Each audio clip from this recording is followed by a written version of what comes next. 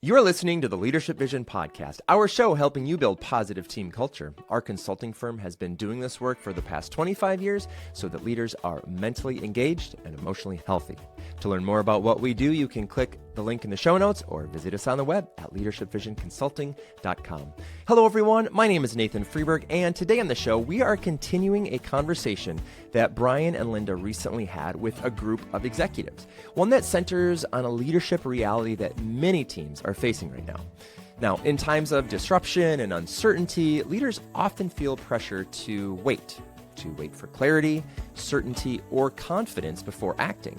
But leadership growth doesn't always work that way, maybe rarely works that way. What feels awkward, uncomfortable, or even risky at first can actually become easier and accelerate once leaders begin. Now, Linda and Brian use the metaphor of unfolding an origami crane. Early on, the folds feel confusing and counterintuitive. You can't yet see form, but as you stay with it, the shape emerges, confidence grows, and momentum builds. Today's conversation is about counterintuition, the courage to begin before things maybe feel clear, the patience to unlearn habits that no longer serve us, and the trust that movement, even messy movement, creates the clarity that leaders are often waiting for. This is the Leadership Vision Podcast. Enjoy. Brian and Linda, welcome back to the Leadership Vision Podcast. Why does leadership today require doing things that feel so uncomfortable at first? And maybe it always has felt that way. But what is it about this topic of counterintuition that you're trying to challenge us with? This challenge arose from a very interesting conversation. Okay. And this was a conversation that was held with the CEO, and she was gathering her executive leaders and board together. And her need, which was a recurring theme month to month, was the need to accelerate. Accelerate the way they were doing business, accelerate innovation, accelerate relationships. And the reason why is because she had this clear vision and clear goals.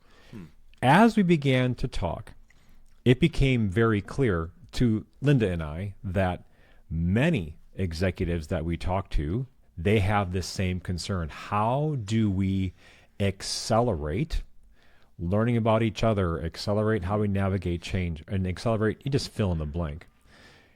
And what we discovered is that in order to accelerate in ways to meet the demands of what's new, we need to think counterintuitively on how it is that we grow together as a team, how we take risks together as a team, and most importantly, how to think counterintuitively, meaning the ways that brought us here are probably not necessarily the ways that are going to get us to the future.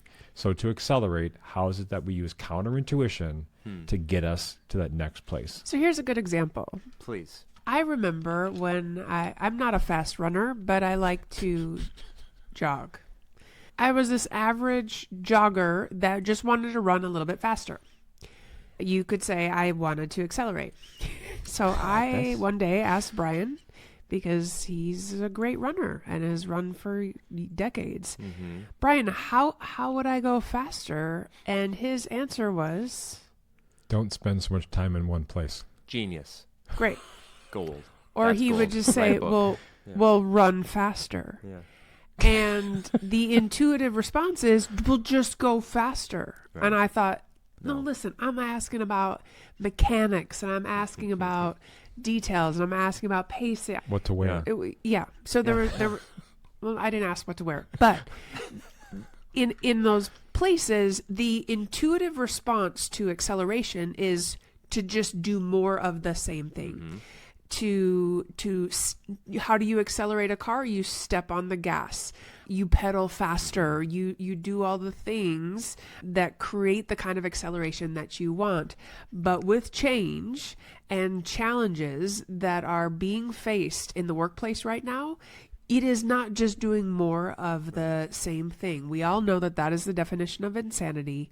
And we began to interrupt the thinking with some counterintuition and counterintuitive moves.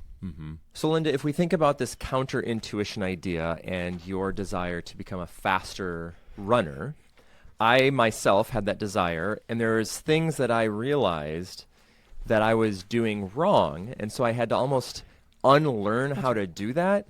One of those things was I would go out and do every run like I was racing. And one of the counterintuitive approaches was you want to do most of your runs at a pretty slow pace, and that helps you get faster. So I had to unlearn. I had to kind of get rid of what no longer was working. Why is that so hard for people to do? Like running, leading, it's really hard to unlearn habits, isn't it? Yes, because they became habits for a reason. We call them habits for a reason. Even if they didn't work. But yes. Our brain loves to find some of the habits. As much as our brains like surprise and novelty, there is this habitual ritual way that we show up. So we assume that if we just keep doing what we're doing, refining it a little bit, that we'll get new and different results. And so what I hear for you, Nathan, is you had to unlearn a complete mindset or unlearn a different way of being and showing up in the world. Yeah. Do you see any common leadership habits, we'll call them, that leaders are struggling to unlearn right now in this sort of post-pandemic, post-whatever world that we're living in? Yeah, so many. Most of them. Could we narrow it down to to the leaders top, or most the of them top habits? one or two? Most of them leaders need to unlearn most of them habits. But is there like a philosophy or something that's like, oh yeah, this particular author's ideas were really in, but not anymore. Let's unlearn all of that. I believe that when leaders are facing some type of counterintuitive approach, just in that equation is the necessity to unlearn something. And depending on what your desired outcome is, will determine what is needed to be unlearned. I also think that leaders get stuck in some of the ways that they relate to their people. Sometimes the history of a leader, what brought me here, is something that that individual is going to tend to repeat because it is known. Ways of how they think of themselves as a leader. Sometimes the role of a leader is to be the one that is out front, but counterintuitively, the situation may then require to be a leader alongside your team members, or a leader stabilizing someone from behind. And so there's something about thinking about your role and relationship. And I also want to bring up this idea that we may need to unlearn the ways that we act politically, what kinds of relationships that we forge, and why. Because I really believe that counterintuition asks leaders to unlearn habits, but we won't really know what those habits and patterns are until we're really facing that need to change. A very tangible example of some of the patterns to unlearn, it could be meeting cadence or the kind of meetings that you're having, where it's like, oh, well, we need more time to talk about it, so we'll just add another half hour. Or you could have practice a little more hygiene in your meetings and hygiene. And that's good. Clean it up a little bit, or make it focused, or make sure people are prepared, or they're coming with questions, or they're coming with curiosity, or there's a different expectation that is placed on, okay, these are the 3 questions I'm supposed to ask you. And people just, once again, get in routine, and the intuition says, just make more of those meetings and have less think time or focus time. And that's one of the ways that we are like, well, what part of those do you want to try again? Or what do you want to unlearn in order to try something new? One of the counterintuitive approaches that you've talked about is starting messy. And the idea that leaders need to jump in and do stuff before everything is clear, before everything is like laid out before them. What does that look like?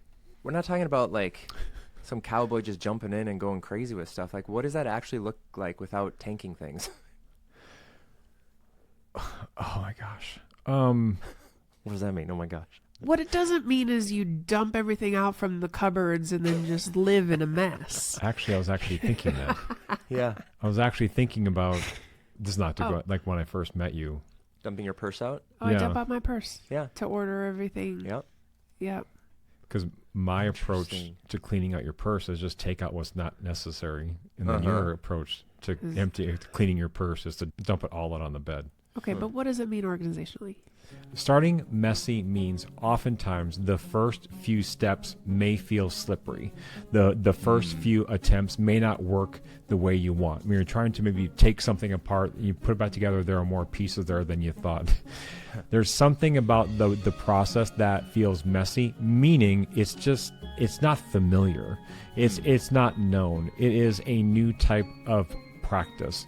And when you begin something in a counterintuitive way, expect it to not go as you planned, and you may need to then reorganize or clean up the way you're thinking and feeling your way into the new situation. Because starting messy is the willingness to act before clarity arrives. The leaders that we work with are high expectation, really driven, excited about what they are doing or trying or ways that they are being in the world. And so they want to have perfect knowledge, perfect wisdom. Yeah, totally. And we're just saying, just try it. Yeah, just try something. Just try it. Yeah. Run an experiment. Starting messy is clarity's not going to arrive until you get into motion. Yeah. And starting messy is not a judgment on who you are as a professional. Trust the process. Because there are many people that we know that are afraid to think counterintuitively because they're afraid of what the mess might say about them. And like any mess in the kitchen, it can be cleaned up and everything's going to be back to where it was. It sounds like you're talking about is cognitive flexibility, which I think, that's the ability to like shift perspectives, adapt strategies. Yep. By way of an example, can you maybe talk about a leader who has successfully adapted their style in this kind of counterintuitive, unlearning sort of a way?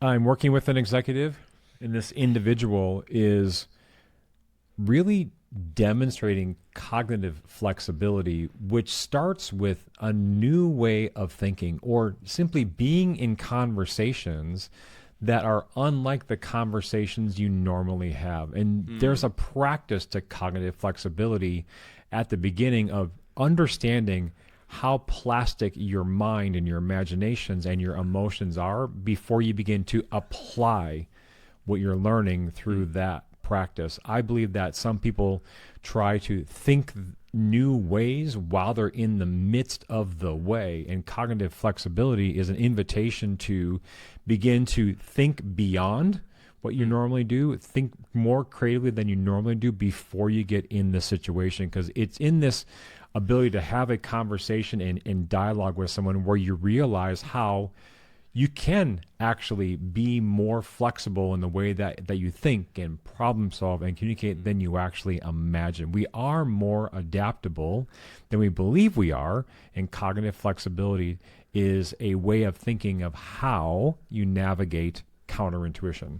Cognitive flexibility is not always being extrovertedly so, meaning cognitive flexibility for some of the clients that we're working with, we invite them to sit on their hands in their next one-to-one meeting that they host and do a lot more listening than they do talking.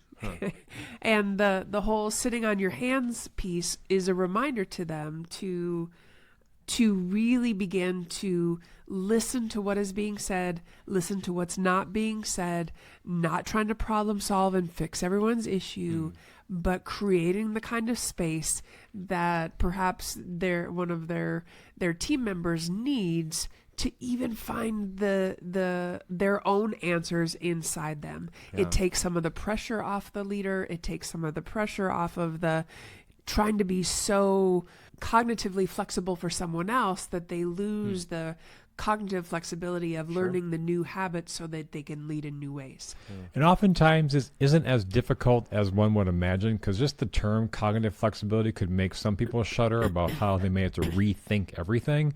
And all we're asking is an awareness that as we're moving in a direction towards an objective or towards some specific goal, even towards the end of a meeting or a difficult conversation, cognitive flexibility is just an awareness that there is more than one lane to get there. And sometimes that flexibility is simply shifting to another lane or maybe just two lanes over, and that mentality lowers the risk for us to be able to think in a different way or just take a little bit different angle on something. Yeah. And that kind of flexibility opens up pathways and different ways to understand, so that all of a sudden the leaders will say, oh, we could step on the gas and go that way. That acceleration will happen now that I've had a little bit more time to focus, reflect, and notice, so that I can... Yeah, it sounds like it's really about being intentional with experimentation. Like, I'm going to do this, try this, see what happens, try that. One of the things I like about running is that you have some very real markers of whether or not I'm doing a good job. So you can experiment with all kinds of things and know pretty quickly, yes, this is working, no, this is not working. In this sort of counterintuitive ambiguity, what are maybe some examples of how leaders can measure their progress, whether they know this little experiment is the right way to go when there's so much ambiguity and like a true like success marker might not come for a long time? Right. That long-term success marker may not come right away, but new ways of doing things will come right away. So you can measure that. Like, we're trying something new. What are you trying new? Who are you asking for help from? That's another way to market. Just ask people to navigate the types of progress that they're making and not tell them what progress you're actually looking for, and just watching what they're doing, because counterintuitive thinking leads to counterintuitive navigating. And when people just begin to observe what resources they're tapping into, who they're asking for help, how it is that they're progressing, sometimes the measurement is also counterintuitive. And sometimes we need to ask our people how it is that they're seeing themselves change. And that in and of itself is the measurement we're looking for. And the demands for acceleration are beyond measure now. So we have also worked with clients where their competitors have hit the gas and gone around them, that have found the innovative breakthrough. And so, yes, it takes time. We are trying to find a way to amplify, to accelerate the kind of innovative breakthrough. And the common denominator has been leaders that are willing to make counterintuitive moves. I like that. In closing, something that I think is important to maybe re-emphasize is this idea of having the courage to begin, and how that momentum can build more confidence and kind of keep going. I recently started doing little projects around my house by taking pictures, uploading it, getting the AI bots to tell me what to do. And I got to tell you, like, I have this like punch list, all these daunting projects, like, oh, I can do this now. I can do this now. I can do this now. How would you, to wrap things up, inspire a leader who might be stuck in just, I need to take that first counterintuitive step out on this ledge? Like, what would you say to them to sort of give them that push they might need to start that first project? Take a different way to work. There you go. Start with something small. Okay. Linda oftentimes asks leaders to start their meetings in a different way. That's a counterintuitive approach. It's fascinating what types of habitual behaviors we watch as leaders conduct their meetings. And Linda will say, start with a question, or start by asking something personal. I think there's something really simplistic in how we can integrate small counterintuitive measures that begins to lead the way to something larger. Well, Brian, thank you. I'm going to start taking a different way to walk up to my home office here tomorrow. Crawl through the window. Thank you for listening to the Leadership Vision Podcast, our show helping you build positive team culture. If you found value from this episode or any of our other material, we would love it if you could subscribe to all the things, join our free email newsletter at leadershipvisionconsulting.com/subscribe, or click the link in the show notes. My name is Nathan Freeberg. I'm Linda Schubring. And I'm Brian Schubring. And on behalf of our entire team, thanks for listening.